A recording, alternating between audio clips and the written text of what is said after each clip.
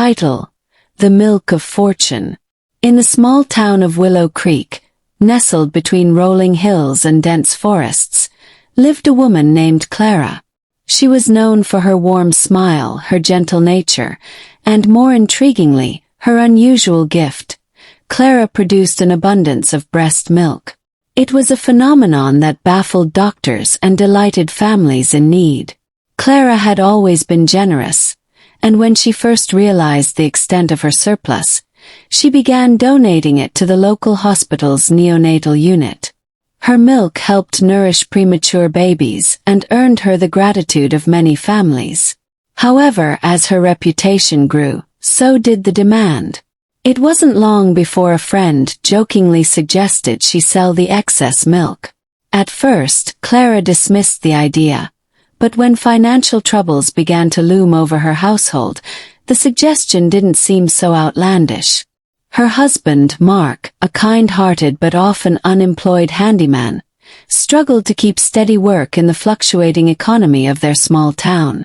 With a heavy heart, Clara made the decision to sell her milk.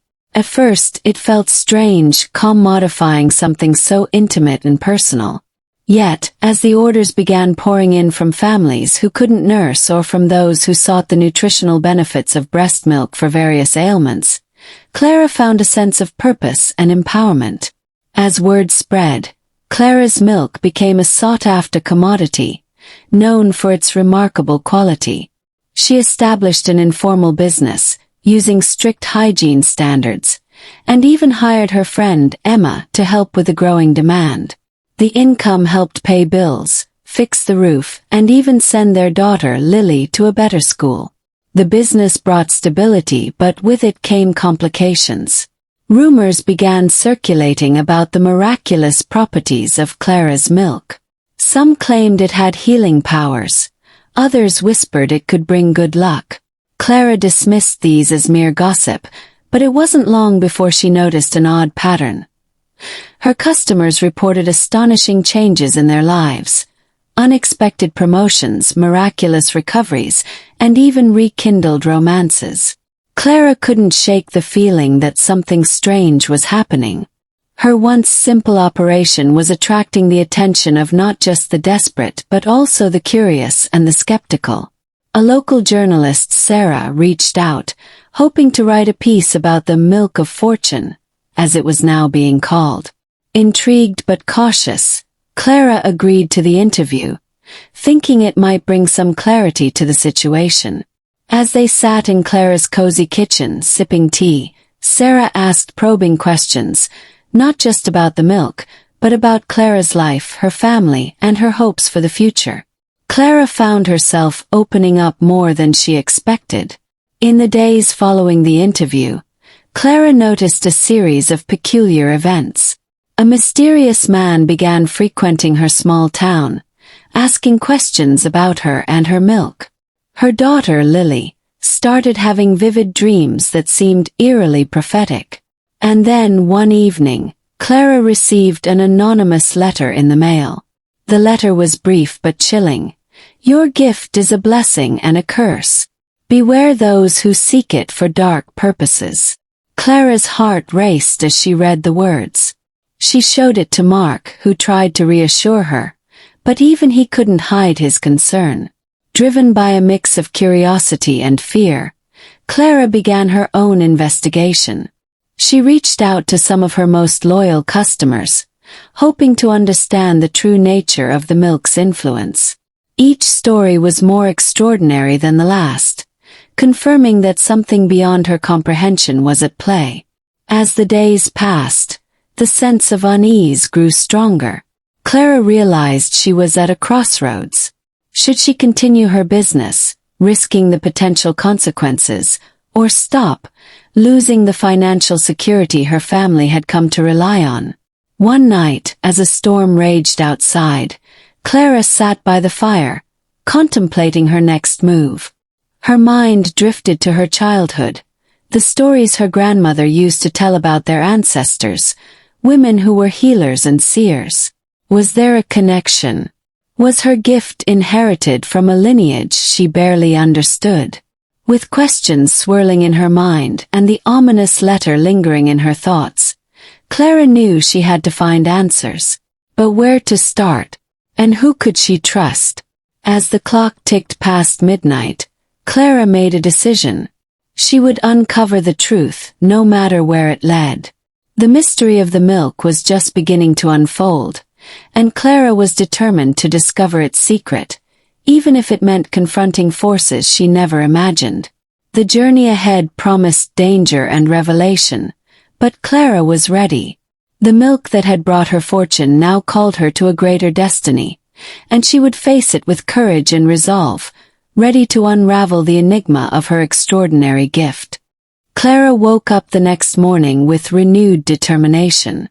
She decided to start her investigation with the only person who might have some answers. Her grandmother's old friend, Agnes, known in the town for her knowledge of ancient lore and herbal remedies. Agnes lived in a quaint cottage at the edge of the woods, surrounded by herbs and wildflowers. When Clara arrived, the elderly woman welcomed her with a knowing smile, as if she had been expecting her. Over tea, Clara recounted everything: the milk, the stories, the letter, and the mysterious man. Agnes listened intently, nodding at certain points and frowning at others.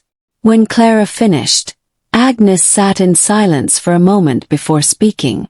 "Your grandmother once told me about a gift that ran in your family, a rare ability to heal and bring fortune through nurturing. It's an ancient power, but one that attracts both light and darkness." Clara's mind raced as Agnes continued. "This gift is precious, but it must be protected. There are those who seek it for selfish gain, who would exploit its power without understanding its true purpose." "Who would do such a thing?" Clara asked, her voice a mixture of fear and anger. Agnes looked deep into Clara's eyes. "There are always those drawn to power, Clara. And sometimes they are closer than you think." Leaving Agnes's cottage, Clara felt a mix of clarity and confusion. The answers had only raised more questions. Who was the mysterious man? And what was his interest in her milk? As she drove home, Clara noticed the man's car parked outside her house. Her heart pounded as she parked a block away and approached cautiously. She peered through the window and saw the man sitting at her kitchen table, talking animatedly with Mark. Taking a deep breath, Clara entered the house. Mark's face lit up with relief when he saw her. "Clara, this is Dr. Emerson. He says he's been studying rare gifts like yours and wants to help us." Dr. Emerson stood and extended his hand. He was tall, with sharp features and piercing eyes. Clara shook his hand, but her instincts screamed at her to be wary. "I've read about your incredible gift, Mrs. Thompson," Dr. Emerson said smoothly. "I believe it could benefit many more people if we study it further. There are applications you haven't even considered." Clara hesitated, glancing at Mark, who seemed hopeful. "What kind of applications?" she asked. Dr. Emerson leaned forward, his voice earnest. "Medical breakthroughs, nutritional enhancements, perhaps even psychological benefits. But to understand its full potential, we need your cooperation." Clara felt a chill run down her spine. Something about Dr. Emerson didn't sit right with her. The way he spoke about her gift felt clinical, detached, as if he saw her not as a person, but as a specimen. "Thank you for your interest, Dr. Emerson," Clara said carefully. "But I need more time to consider this." Dr. Emerson nodded, though his eyes held a flicker of frustration. "Of course, take all the time you need. But do consider the possibilities." After he left, Clara and Mark discussed the offer late into the night. Mark was enthusiastic about the potential financial benefits, but Clara's gut told her to be cautious. Agnes's words echoed in her mind. There are those who seek it for selfish gain. As Clara lay in bed, her thoughts turned to her daughter. What kind of world would Lily grow up in if her gift became public knowledge? Would she be celebrated or hunted? The next morning, Clara woke with a sense of resolve. She knew she couldn't ignore the potential of her gift, but she couldn't trust Dr. Emerson either. She decided to keep her business small and personal, helping those she could while protecting her family's secret. But questions lingered in her mind, haunting her every step. Who had sent the warning letter? Was there a way to use her gift without endangering her family? And most pressing of all, was there truly a way to balance the light and darkness that her gift attracted? As she looked out the window, watching the sun rise over Willow Creek, Clara knew her journey was far from over.